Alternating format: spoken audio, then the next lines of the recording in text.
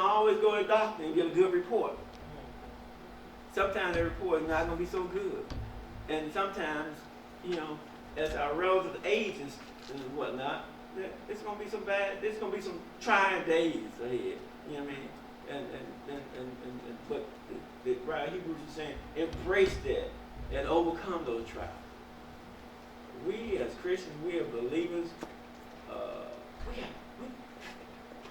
we got this. We got joy. We should have joy in our lives. I mean, we should have. We are given a hope. We are given a hope that unbelievers aren't given. We should be waking up every day with the hope that this Christ that lives in us, that gives us a reason that we can get up and face tomorrow, as the song says, right? So, that's my lead in. That's the foundation. As the lesson takes place, the writer of Hebrews is emphasizing that Jesus is still superior to the Levitical priesthood and the Old Testament law. And that's what we're on. That's the foundation that's being laid. Okay, we're there to the lesson now. Some additional scriptures, if you can find those, hold that place and we'll come back to them. It's Hebrews 11:1, Hebrews 11:6, Galatians 6:9, 2 Corinthians 4:1, and Proverbs 3:11-12. I did that real fast. Okay, I'm going to go back to it. Just remember these. Galatians 6:9 and 2 Corinthians 4:1, they go hand in hand with each other. And Proverbs 3, verses 11-12. Those are key. So last Sunday we was in chapter what in Hebrews? We were in chapter 7. And now the lesson jumps and culminates this Sunday in chapter 12. It's kind of skipped over chapter 11. That's why I want to refer back to chapter 11. We know that chapter 11 is called what chapter for most? We hear that the 11th chapter of Hebrews is called what? The faith chapter. The faith chapter. It defines faith in 11:1 and then 11th chapter. It's called the faith chapter. Remember the wall of faith, all those people that went on to be faithful. Even some people that we thought might not be so faithful. Some of those people, Abraham, Noah, Enoch, Isaac, Jacob, all of them, Sarah, for their faithfulness, known for their faithfulness, Joseph. And then Rahab. Remember Rahab? The woman that many would thought not be named in that 11th chapter, but she became faithful because of what she did and enabling her help with the spies and whatnot. She might have been a woman of the night, but she was faithful. Okay, we only got 2 subtopics. That's why I'm doing so much talking today. We only got 2 subtopics today. So the first one is persevering in the faith and benefiting from God's discipline. Okay. So let's get into those. Before we get into those, I got one question for you. The writer here used an analogy of running the race as he compares the scriptures this morning. Analogy that they use from old Grecian, from the Greek days of running a race. He compares like running a race like a track race, and I think about the Marine Marathon this morning and whatnot.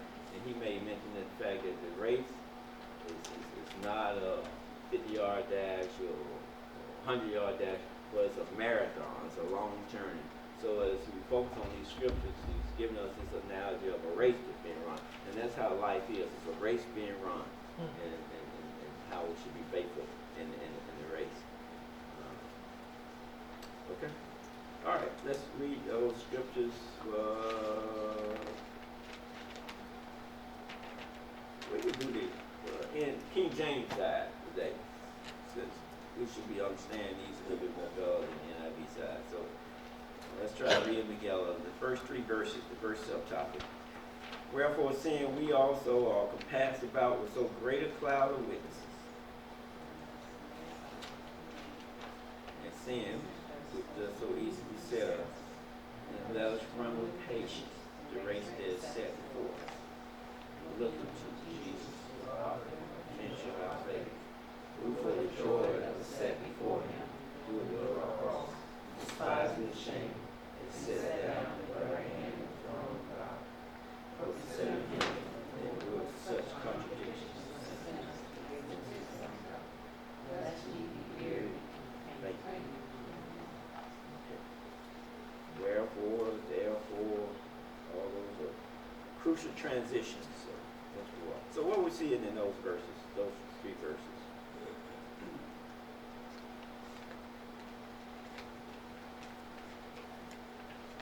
What we got there? Y'all want me to do all the talking? What we got there?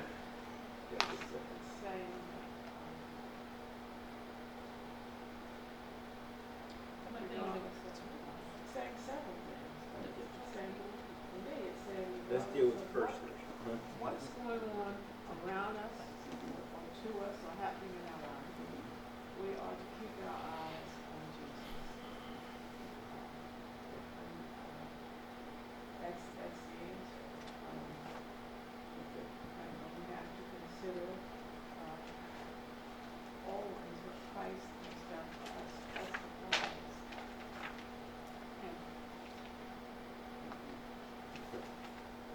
Anybody else?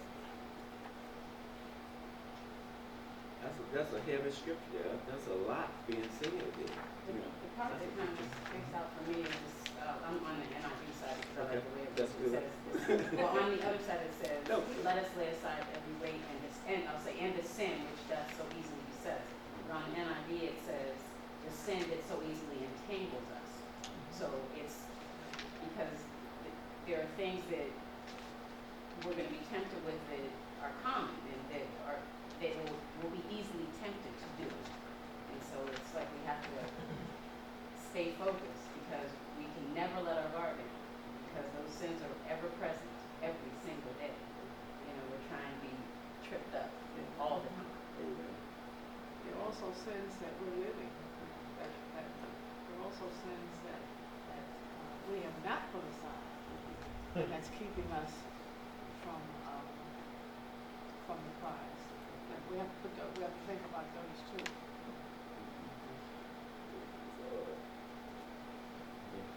We want to talk about some of those sins. For example, road rage. Road rage. You talking about me? Oh, you talking about me right off the bat? Okay. All right, I gotta work on that. I gotta work on that. I gotta lay that aside. Right? I gotta work on that. Okay.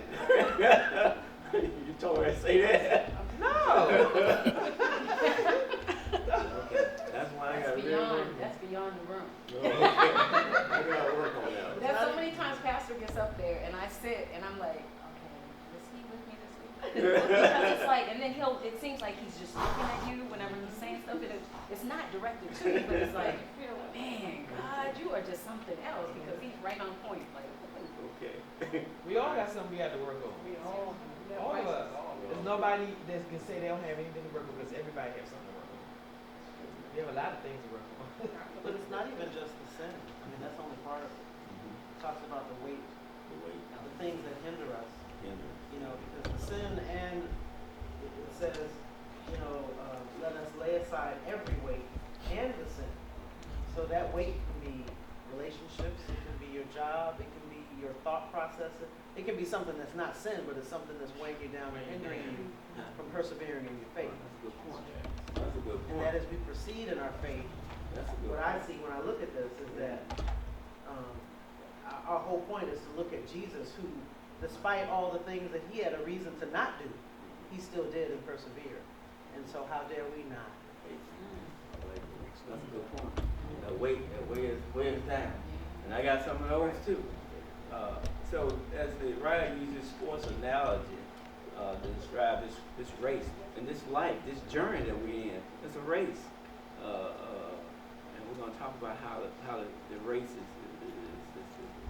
kind of formed. But even before he started talking about the race and the weights and the sins that entangle, he said we'll surpass the battle with a cloud of witnesses. He said we who also are compassed about with so great cloud of witnesses. Who are those cloud of witnesses? All those people.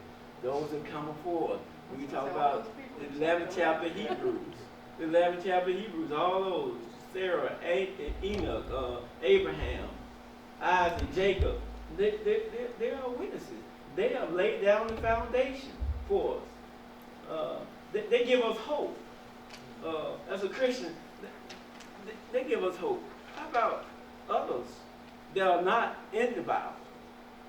Our parents, our loved ones, grandparents, who couldn't interpret the King James Version. Now we got all different transitions, but they gave us whatever they had.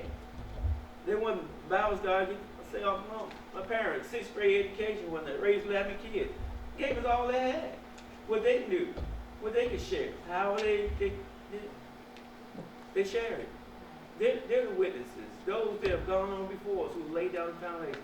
And we ought to be laying down a foundation. We ought to become a part of that witnesses now for those that are coming up behind us. You know, for Tiffany, I should be laying down the foundation for her. You know, I should be sharing and imputing things in her life that she can remember way after I'm long gone. Me too. Just like. Why has it changed? Why are people not so eager to share and prepare the youth like they used to? Good question. The response? Even that, share that we used to. He said in the older days when we were growing up, when I was growing up, probably older than anybody here, that people used to, it took a village to raise a kid. The whole neighborhood used to share things and make sure everybody was on the straight path and whatnot. But now things have changed.